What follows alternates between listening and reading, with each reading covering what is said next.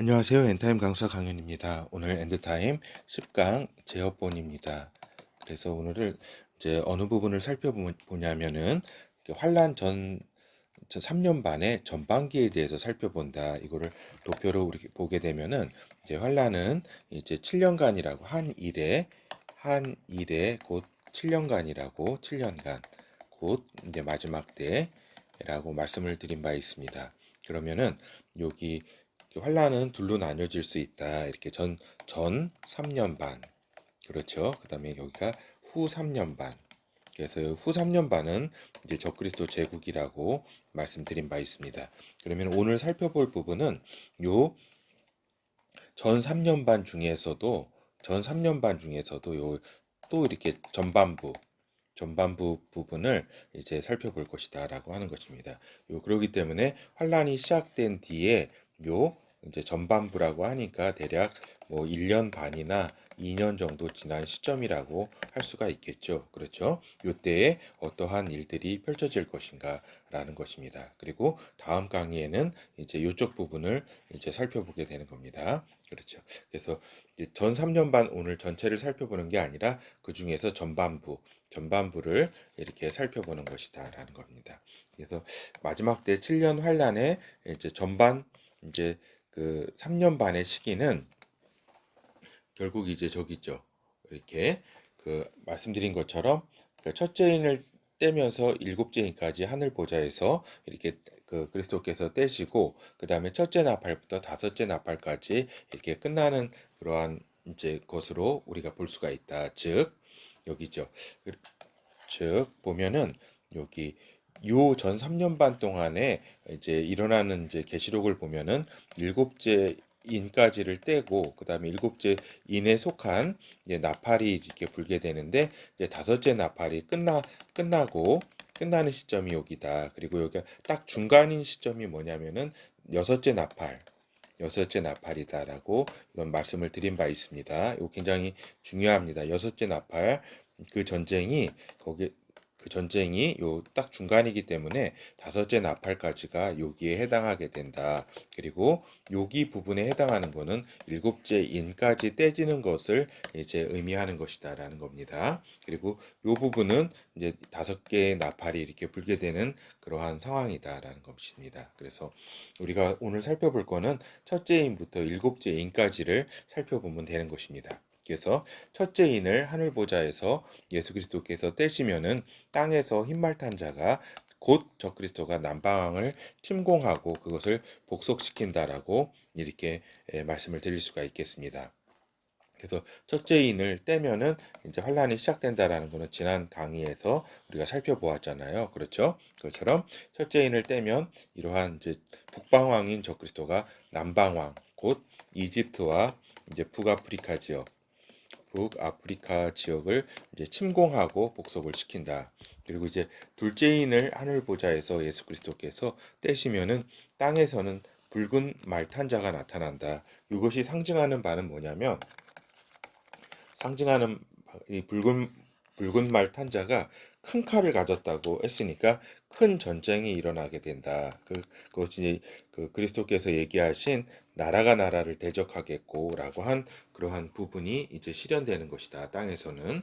그래서 이제 이때의 동북아 전쟁도 예상이 된다라고 하는 겁니다. 그러니까 여기는 이때는 이제 동북아 전쟁뿐만 아니라 이제 세계 곳곳이 이제 많은 이제 전쟁에 이제 휘말리게 되는 것이다라는 것입니다. 그 중에서도 핵심적인 전쟁은 이제 동북아 전쟁이 되겠다라는 것입니다.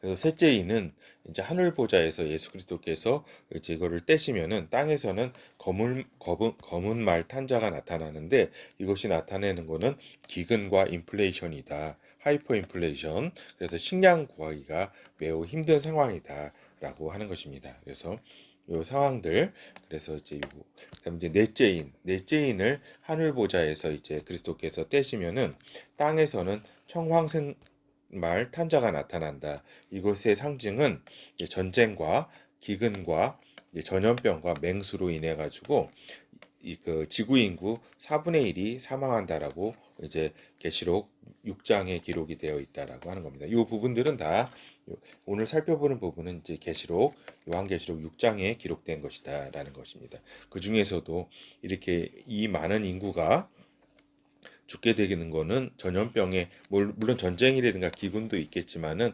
전염병이 큰 역할을 이렇게 차지하게 되는 것이다라는 것입니다. 알겠죠? 그래서 우리가 이때에 어떻게 보면은 믿음을 끝까지 지키기가 어렵다면은 뭐 이렇게 이때에 하나님께서 이렇게 좀 데려가 달라고 이렇게 기도하는 것도 이렇게 저기죠. 좀그 그럴 수도 있겠죠. 하여튼 다섯째 인을 하늘 보좌에서 이제 예수 그리스도께서 떼실 때에는 잠시만요. 좀 지나갔네요. 그 하늘 보좌 앞에서 순교를 당한 성도들이 탄원하는 이제 모습이 이제 기록되어 있다. 그래서 하나님은 잠시 동안 이제 기다리라고 이제 순교를 당할 이제 형제들이 더 있다라고 하나님께서는 말씀을 하신다. 그래서 이렇게 다섯째 인을 뗄 때 이렇게 이러한 모습이 나타나는 걸 보면은 환란이 시작하자마자 첫째, 둘째, 셋째, 넷째 초반기에도 엄청난 이제 성도들이 이제 학살을 당한다, 순교를 당한다, 순교를 당한다는 것을 우리가 알 수가 있다라는 것입니다.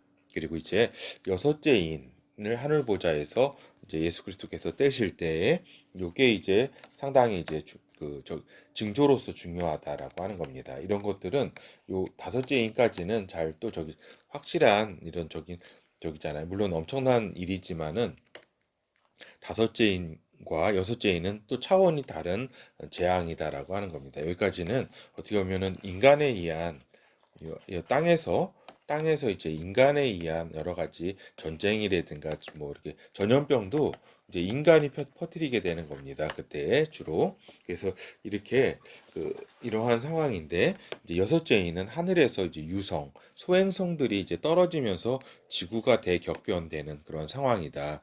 해일과 지진이라든가 이 엄청난 이제 충격이 이제 지구에 가해진다. 그리고 지진의 규모가 장난이 아니다. 그러니까 산맥과 산맥이 막 이렇게 땅이 막 이동할 정도로 그렇게 큰 규모로 펼쳐지는 것이다.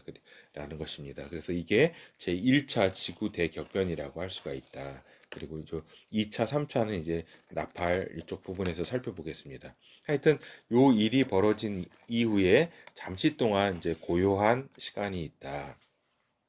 그리고서는 이제 유대인들 14만 4천 명에게 하나님의 인을 이제 천사가 치게 된다라고 하는 겁니다. 요거는 이제 이스라엘에서 사역할 이제 유대 사역자라고 이제 볼 수가 있겠다라는 것입니다. 알겠죠? 그리고 이제 이 부분은 14만 4천 명이 어떠한 일을 하게 되고 이런 부분들은 뒤에 이제 강의를 통해서 살펴보도록 하겠습니다. 그리고 이제 하늘 보좌 앞에 있는 만국의 성도들이 이제 하늘 보좌 앞에서 하나님 앞에 선 것이 보인다. 그래서 환란에서 나온 자라고 이제 장로가 이제 요한 그 사도에게 설명을 해준다. 그래서 하나님께서 이제 위로의 말씀을 이렇게 해주신다. 그래서 셀 수 없는 이제 만국의 성도가 이제 하나님 보좌 앞에 이렇게 서게 되는데 이 그 사람들은 이제 휴거를 당한 것이 아니라 요 지금까지의 여섯째 인을 떼면서의 어떤 그 고통과 고난, 학살과 핍박을 이제 받고 이제 여기서 이제 육체로 사망하게 돼서 하늘 보좌 앞에 이제 영체로 이제 서게 되는 것이다라는 것입니다. 알겠죠? 그리고 이제 일곱째 인을 하늘 보좌에서 이렇게 떼시자 예수 그리스도께서 떼시자 천사들이 일곱 나팔 준비를 하게 된다라고 하는 겁니다. 그래서 오늘 이제 살펴볼 것이 이 부분까지 일곱째 인을 그리스도께서 떼시는 부분까지 살펴봤습니다. 아까도 말씀드린 것처럼 이렇게 전반기, 후반기 7년 대환란 중에 요 전반기 중에서도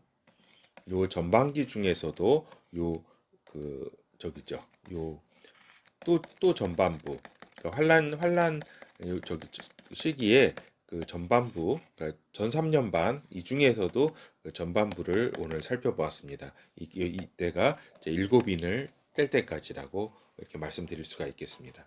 결호를 살펴보면은 하늘 보좌에서 이제 예수 그리스도께서 인을 떼면 땅에서 일들이 펼쳐지게 된다. 그리고 첫째 인에서 다섯째 인까지 떼실 때에는 땅에서는 이제 인간에 의한 여러 가지 재앙들이 펼쳐진다. 이제 첫째 인, 뭐 전쟁, 셋불 전쟁, 둘째 인도 전쟁이죠.